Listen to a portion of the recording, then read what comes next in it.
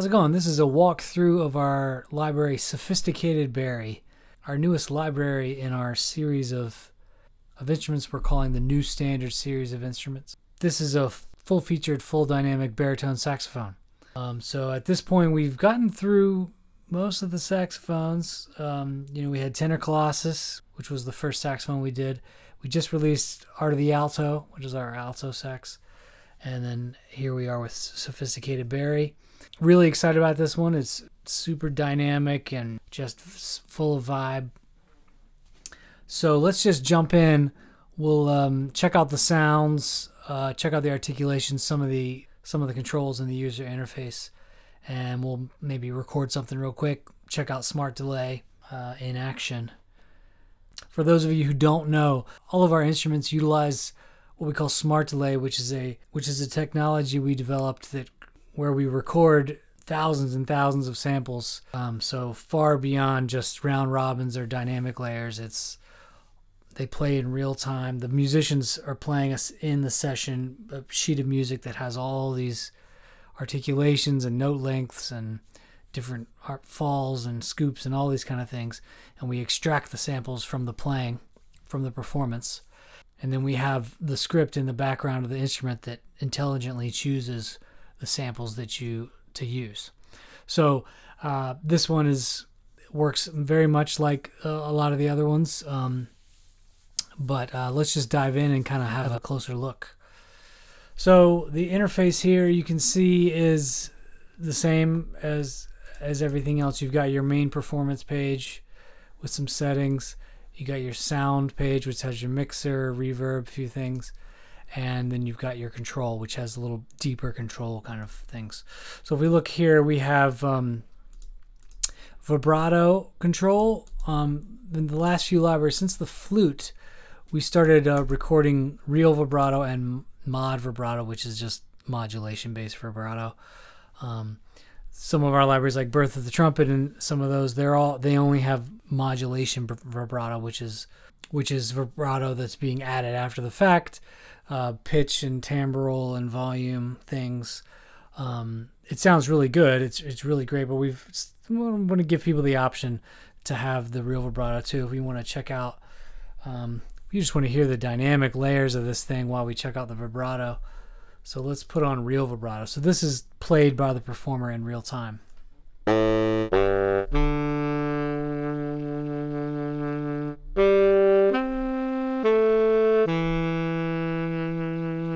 So you hear that. That's the kind of low, quiet, breathy. Then we got the big honking loud.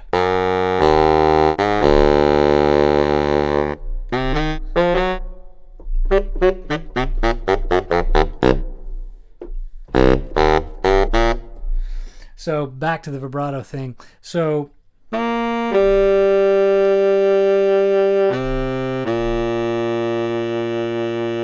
that's performed, and then you've got your modulation vibrato, which you can control the speed and the amount on the control page. We'll talk about that in a second. But you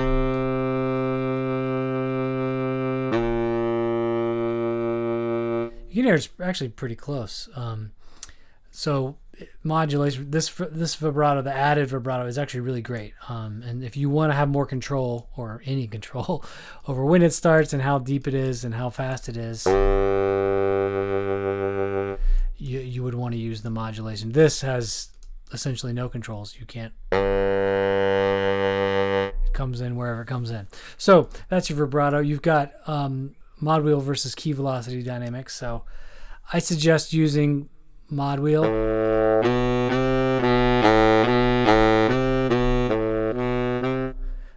But you can change it to key velocity and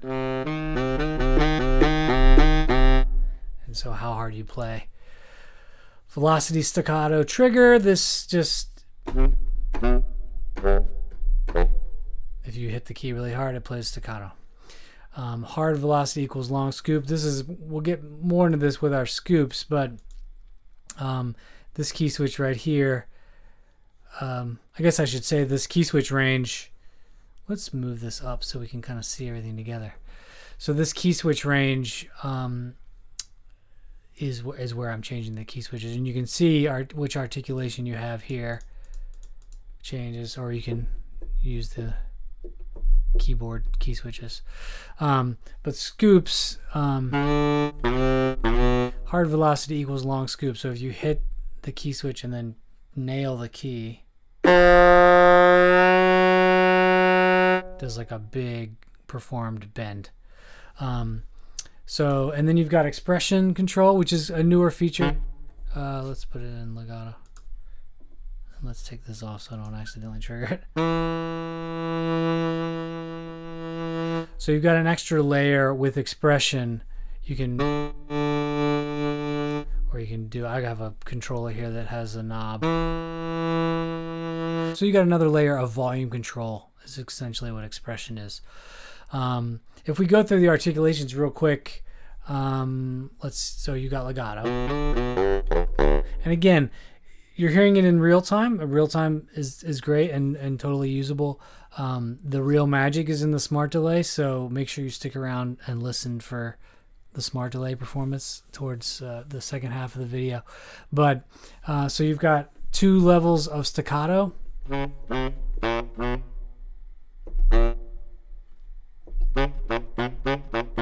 So you got staccatissimo, which is real tight and short. And then the other thing to know is that there's actually many more amounts of different variants of note lengths here. It actually is tempo dependent. So when you go really slow, if I take this down and I put staccato on, you hear how slow that is. And then if I were to take it way up, and then maybe go here,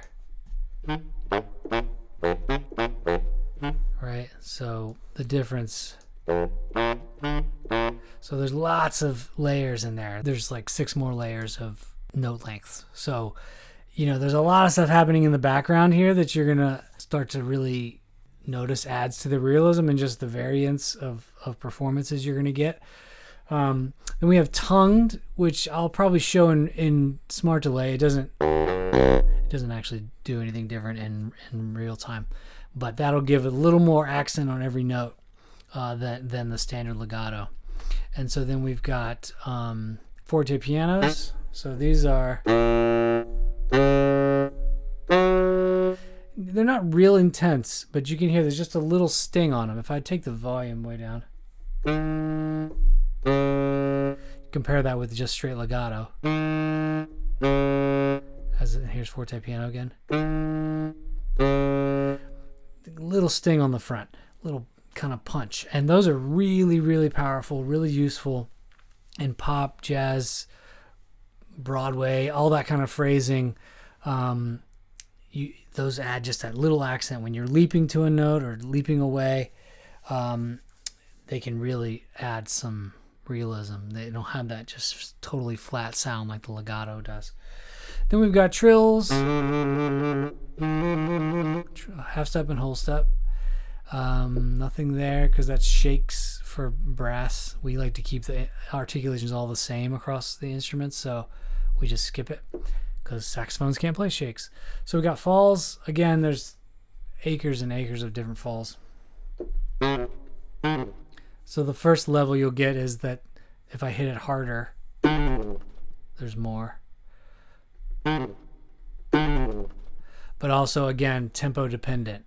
Slower ones are going to play slower, longer ones. Faster tempos, you're going to get faster ones. We got long falls, which is kind of the long thing at the end of the tune. We got scoops, which have really come to life in real time. We'll talk about, those really come to life in smart delay. I'll show you some more of those later, but that's just a little, again, we talked about if you hit the key hard, you get that real intense scoop. Deutz, flops, rips, glisses and runs. So these are interesting. If you play just the key switch and just one note, it plays a run into it. If you do like the standard, you play a note, play the key switch, play the next note, it'll do a run from that to the other.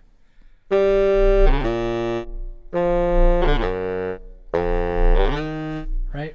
So you got a couple options there. Half step bends. Oops.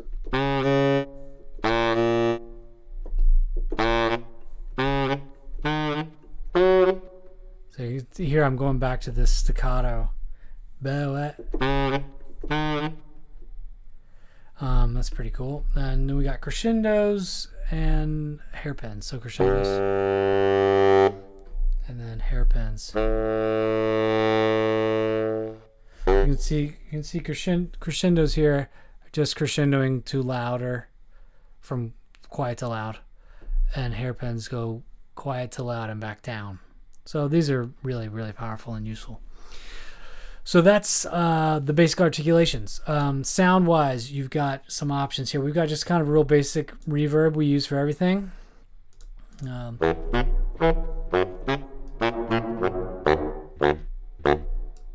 turn that off. We got 3 microphone positions. You got your standard close mic. Then you've got the tape, which is everything bounced to 1-inch 8-track tape. A little note here, these, because of the way it's actually going to tape, this isn't like some plug-in emulation thing. So the tape has a little bit of wow, which means it's slowing down and speeding up. I mean, you can't really tell. It's not changing the pitch. But because of that, these 2 mic positions are often out of phase with each other.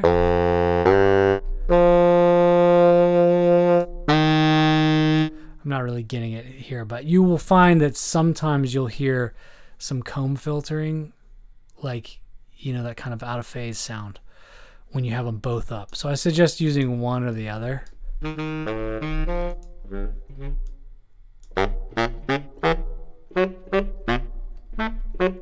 It's a cool sound though. It's noticeably different. And then we've got the room sound, which, you know, generally you're going to use in conjunction with the close.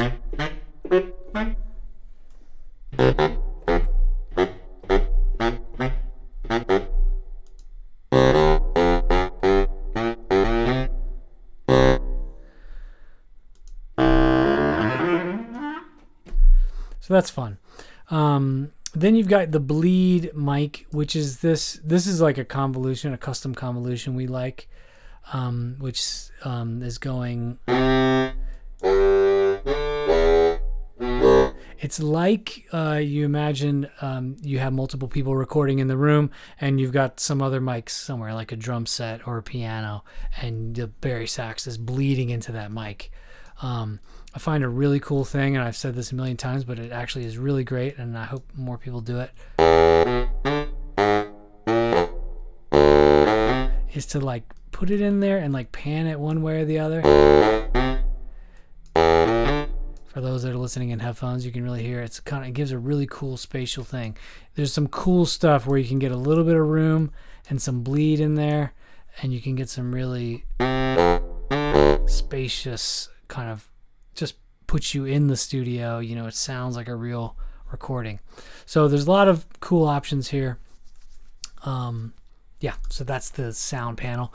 Then control panel, we've got standard stuff that we have in all the other libraries. Vibrato control, which I showed quickly, the amount and the speed of the vibrato. Am I on? Let's put it back on mod so you can hear. Here's the most jacked up. That's the amount and the speed all the way up, and then you can really subtle. That's nice.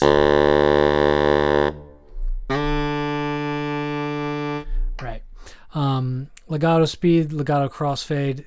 You can mess with these if you find that it's laggy a little bit when you play fast. But more or less those are good to go, but they're there if you need them. Again, we're in real time right now, so the controls change a little bit in Smart Delay, so we'll talk about that. But in real time, you also have the long scoop speed, which basically like speeds that up, because sometimes it's too slow for what you want. It's just a performed scoop. So if you need it faster or slower, you can goose it there. Smart delay, key switch select. Basically, this is your key switch to change from smart delay. You can move it if you don't like where that is. Also, now you can learn this by MIDI CC. So if you have a knob, you want to use it to automate that, or just not have to look at the interface. So now let's take a look at smart delay. So that's the basics. That's the basics in real time. Now a lot of things change here in smart delay. You have this swing accent, which is kind of very much behind the scenes.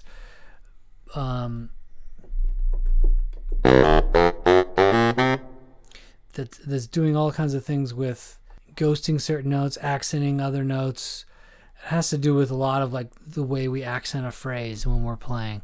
So this is really nice, especially if you're doing anything jazz, Broadway, pop. If you're doing a more classical thing with Bari sax for some reason, you might turn it off and it'll give you a little bit more of a straight performance. But this injects a lot of dynamic stuff in there. Our libraries, you don't really ride the mod wheel like other libraries. You think about string libraries or whatever, people have their hand on this all the time, and these aren't like that. You really don't need to ride them in that way.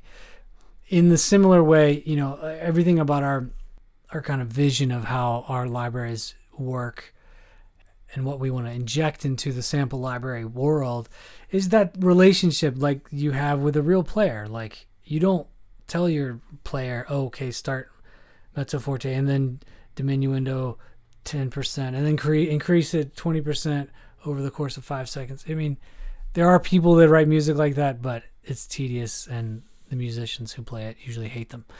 So yeah, you basically say play it forte, you play it piano, and then they inject all kinds of dynamics into it. And so that's kind of how our libraries in general work, and we like to think of them that way. So you're kind of, the way you use it should be a reflection of how you would interact with a real player. So smart swing accent, so that's pretty cool. You can see here that when we switched over here, you got this thing called terminal vibrato, which is really cool. This is our on the modulation vibrato. Basically, real players actually add the vibrato from the end of the note. So how close to the end of the note are they going to play it? If you were to play, I'm gonna be in real time, so there'll be a delay. So I'll be in smart delay, so there'll be a delay.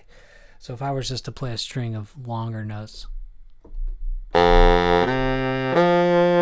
so you hear the vibrato kind of came in halfway through, da ya ya da ya ya da ya. But we can also add it just at the tail end. Maybe turn the amount up.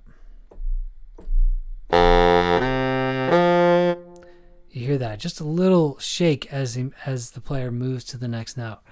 And you're going to find a sweet spot is usually here in this last third. Depends on the style. And if you're doing a ballad, you might goose it and it's all the way up here. But in general, I like to keep it back here. And it's nice because if you play different length notes, it doesn't start in the same place every time, right? Shorter notes, longer notes, it'll come in a different spot, so you don't kind of feel that standard like, oh, the vibrato comes in after a second every time. So it really adds to the realism. So that's that. That's the controls. Let's maybe just play a phrase in. Usually at the end of these, I like to just play a phrase in real time, and then we'll add some key switches, and then we'll listen to it in smart delay, add some key switches, and show you some more of the features of how the smart delay works. So let's see here.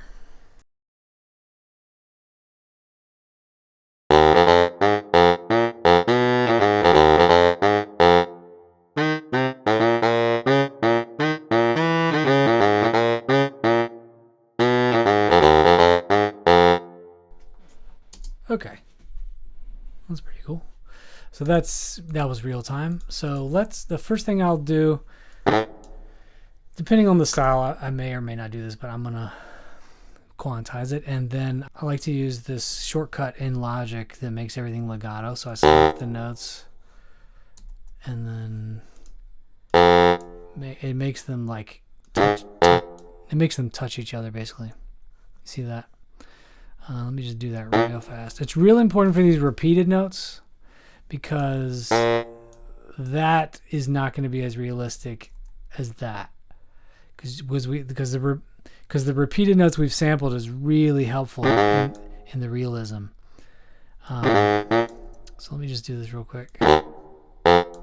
Okay, cool. So that's that. So let's just listen to it one time. No key switches in Smart Delay.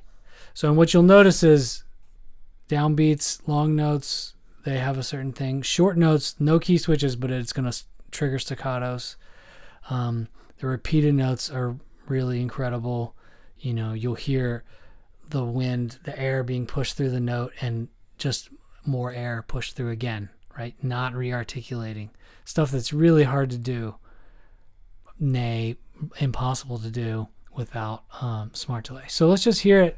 No key switches, no nothing.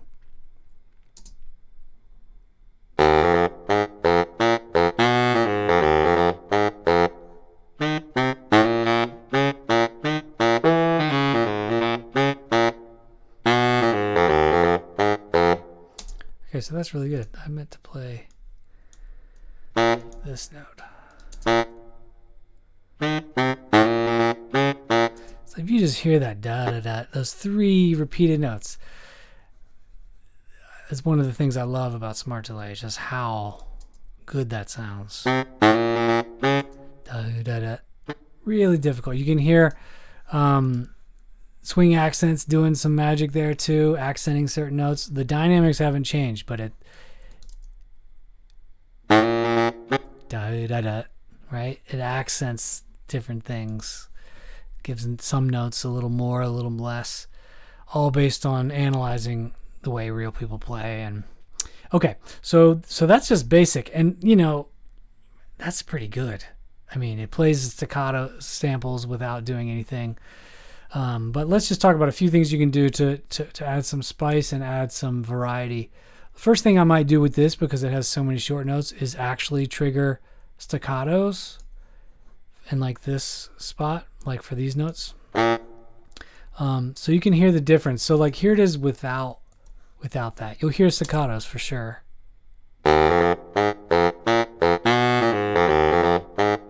Right, pretty good. But if we add, when you add these two key switches, the D flat and the D, you're going to get more round robins than you would if you just left it empty. So here it is with the key switch.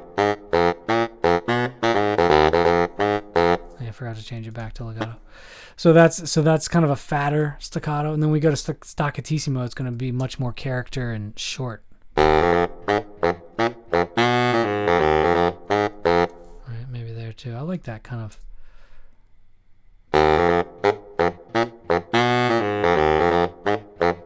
Very cool. The next thing I might do is this note. This is a spot, these forte pianos, the E key switch is real important. Anytime you're kind of jumping up to a note, especially playing it on the offbeat like this, a little forte piano, a little sting is going to make it sound so much more.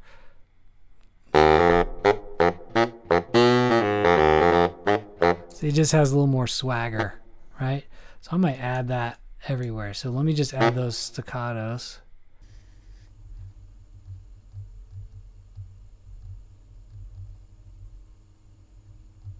Okay, so I added the staccatissimos and the forte pianos on the long notes. So this one got a forte piano, this one, and this one. So that's a cool thing. Another option, instead of forte pianos, or like in a spot where you might normally use a forte piano, would be to use a scoop. So this B flat key switch. So like here, let's do it on this E note. Let's hear what that sounds like instead of, because it kind of gives you a similar thing. It gives you a little accent, but with a little scoop. And again, there's dozens of scoops, not even, I mean, more than dozens, but dozens per pitch of different scoops. So this is a scoop that leads to other notes, right? You can have a scoop that leads to nothing, Maybe I'll show you one of those too. But let's add it. So we got a little scoop here on this long note instead of fortepiano. Right? Da, da, da. You hear that? Just gives it just a more edge to it, right? I'll show you what a scoop sounds like. It's like, this is a good example. This note right here, just out in space by itself. If we put a scoop on that, it's going to play a sample that's just a scoop to nothing. Just a little. Right, so that's a unique, and I wouldn't necessarily want it in this situation, but it's a cool sound. So you have scoops, 2 notes, you have scoops in the middle of phrases, scoops at the end of phrases. Try it in different spots. You'll find that you'll get different results. Again, all pulled from just a real player playing in real time. So it'll all connect from one note to the next. You don't have to worry about, is it going to sound good if I add this articulation to this? It's more like, do I want it or not?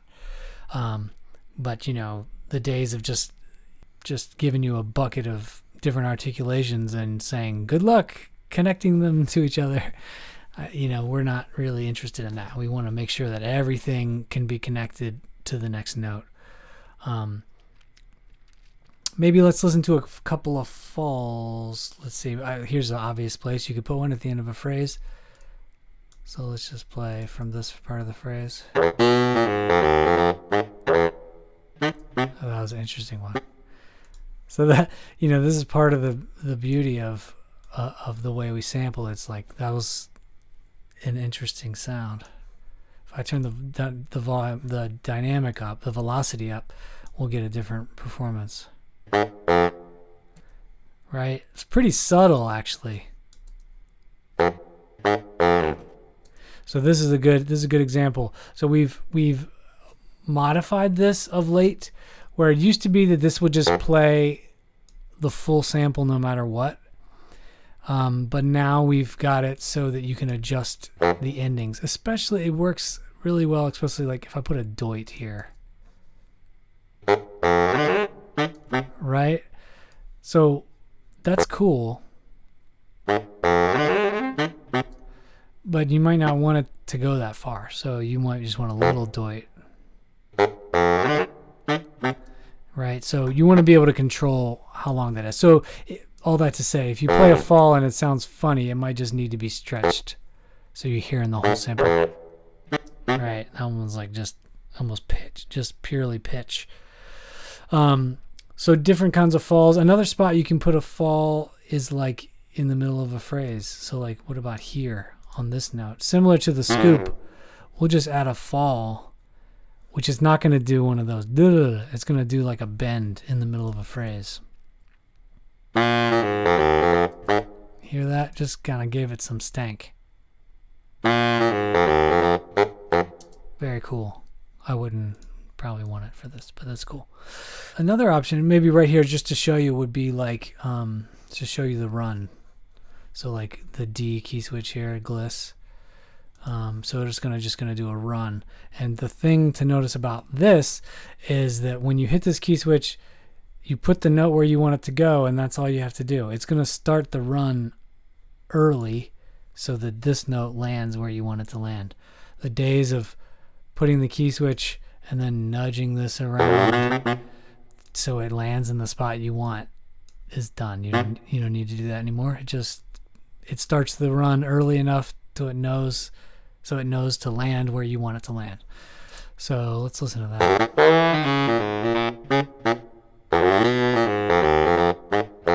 That's pretty cool. So that just gives you, obviously there's lots of other articulations we could put in there, but that gives you an example of some ideas about how to shape these things. Again, just straight up smart delay, no key switches is pretty awesome. You may not need to do anything, but if you want to shape it and add some more colors and some more things, doing some of those things I just did can really help. So that's basically Sophisticated Barrier. We're super excited about this one. It's really beautifully played and recorded and really dynamic.